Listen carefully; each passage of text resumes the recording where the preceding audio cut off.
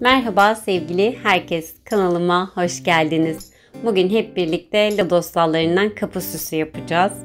Çok güzel bir çalışma olacağını düşünüyorum. Yine tabii ki ne yapıyoruz? Harika bir geri dönüşümde diyebiliriz. Hemen eski bir ahşabım var. Deniz kabuklarım, lodos dallarım, deniz yıldızım. Gördüğünüz gibi yeni doğa temalı harika bir çalışma yapacağız. Bu arada ben kapı süsü diyorum ama siz tabii ki çerçeve olarak da kullanabilirsiniz. Balkonunuza asabilirsiniz. Yine dediğimiz gibi harika bir deniz temalı geri dönüşüm yapacağız.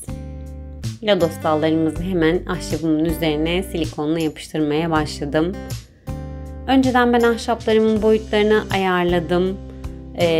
İşime yarayacak boyuttakileri ve genişliktekileri ayırdım kabımın içerisinden. Siz de çalışmanızdan başlamadan önce muhakkak ayrımlarınızı yapın ve daha sonra yerlerini belirledikten sonra yapıştırmaya başlayın. Yuvarlaklığı korumak için ara ara gördüğünüz gibi böyle çapraz bir şekilde yapıştırıyoruz ki yuvarlaklığı tam olarak sağlayabilelim.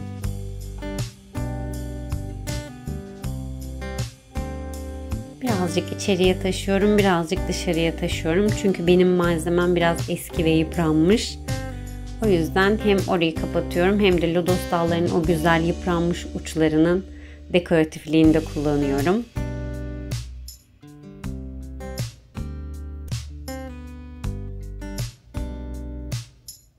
Ana hatlarımızı oluşturduktan sonra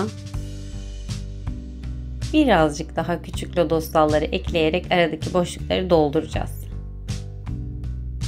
Çalışmayı yaparken ben fark ettim ki diplerden yani yuvarlağın küçük olan kısmından sabitleyip uçları açık bırakıp uçlara ekleme yaparsam, yani şu anda gördüğünüz gibi o üstlere ekleme yaptığım zaman bir hacim kazanıyor çalışmam ve daha güzel, daha şık duruyor. Bu sebepten ben tam sıra halinde dizmedim farkındaysanız. Yelpaze şeklinde yapıştırdım ve gördüğünüz gibi uçların üzerlerine eklemeler yapıyorum ve hacimli olarak çalışmama daha hoş bir görünüm kazandırdım. Kesinlikle böyle yapmanızı tavsiye ederim. Siz de zaten yapıştırırken bunu fark edeceksiniz.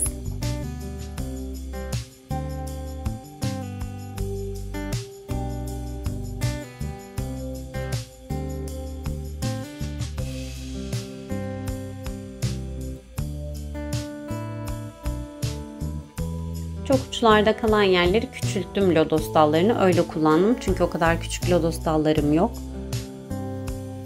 Hem de kalan parçalarını da yine çerçevenin içerisinde kullandım.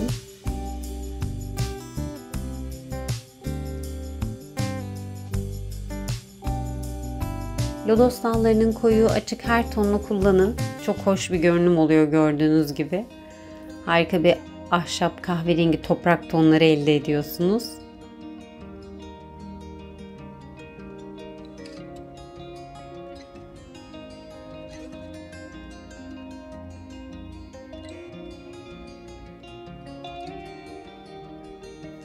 Bu çalışmayı komple lodos dallarıyla da yapıştırıp üzerine deniz kabukları da ekleyebilirsiniz. Ama bana çok böyle de denedim lodos dallarını yapıştırdıktan sonra üzerine koyup deniz kabuklarını.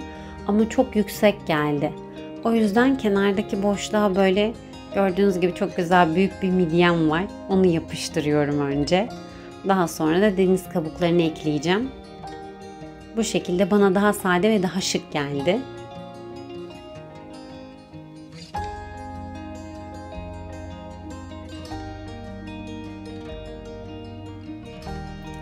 Bazen yorumlardan bana hep şey diyorlar. Ya bu lodos dallarını nereden buluyorsunuz? Bu deniz kabuklarını nereden topluyorsunuz? Her denize gittiğim yerde hep böyle deniz kenarında gözüm, kumsalda. Eminim ki bu tarz çalışmaları yapan bütün arkadaşlar hep böyledir. Ağaç dallarında gözlerimiz. İşte yosunların kenarlarına falan bakıyorum. Belki de gözüm hep arayışta olduğu için denk geliyor, bulabiliyorum diyebilirim. Ama hemen hemen her deniz kenarında deniz kabukları var. Toplamak isterseniz kendinize yük ettiğinizi düşünmezseniz muhakkak toplamanızı tavsiye ederim.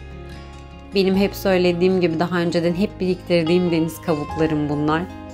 Kutudaki gördüğünüz deniz kabukları. Gittiğim o kadar uzak, o kadar güzel yerlerden topladığım kabuklar ve bir gün kullanacağım düşüncesiyle toplamıştım. Şu anda da çalışmamda bunları kullanıyorum.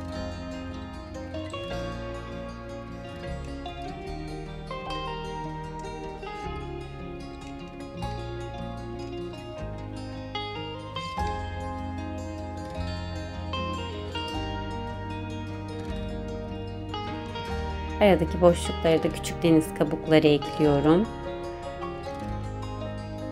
Hep bu tarz çalışmaları yaparken kutularımı yanıma alıyorum. Çünkü o arada hani önceden malzeme hazırlasanız bile yerine oturmayabiliyor ya da araya ufak tefek bir şeyler eklemek gerekebiliyor. O yüzden ben hep yanımda bulunduruyorum ve eklemeler yapacağım zaman da oradan alıyorum. O yüzden masam biraz dağınık gözüküyor olabilir şu anda. Ama bütün parçalar bize lazım, şu anda kullanıyoruz.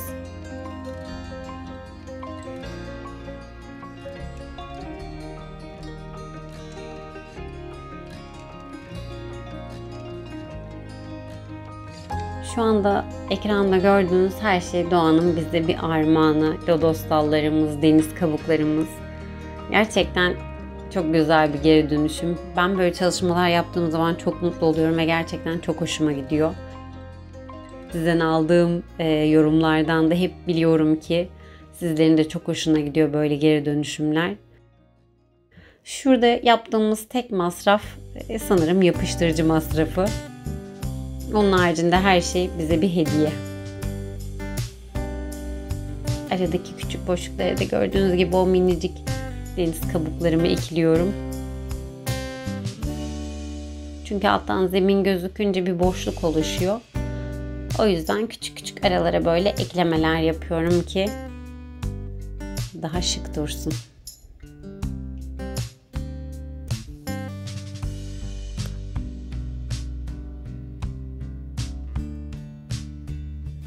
Güzel deniz yıldızımızı da ekliyoruz.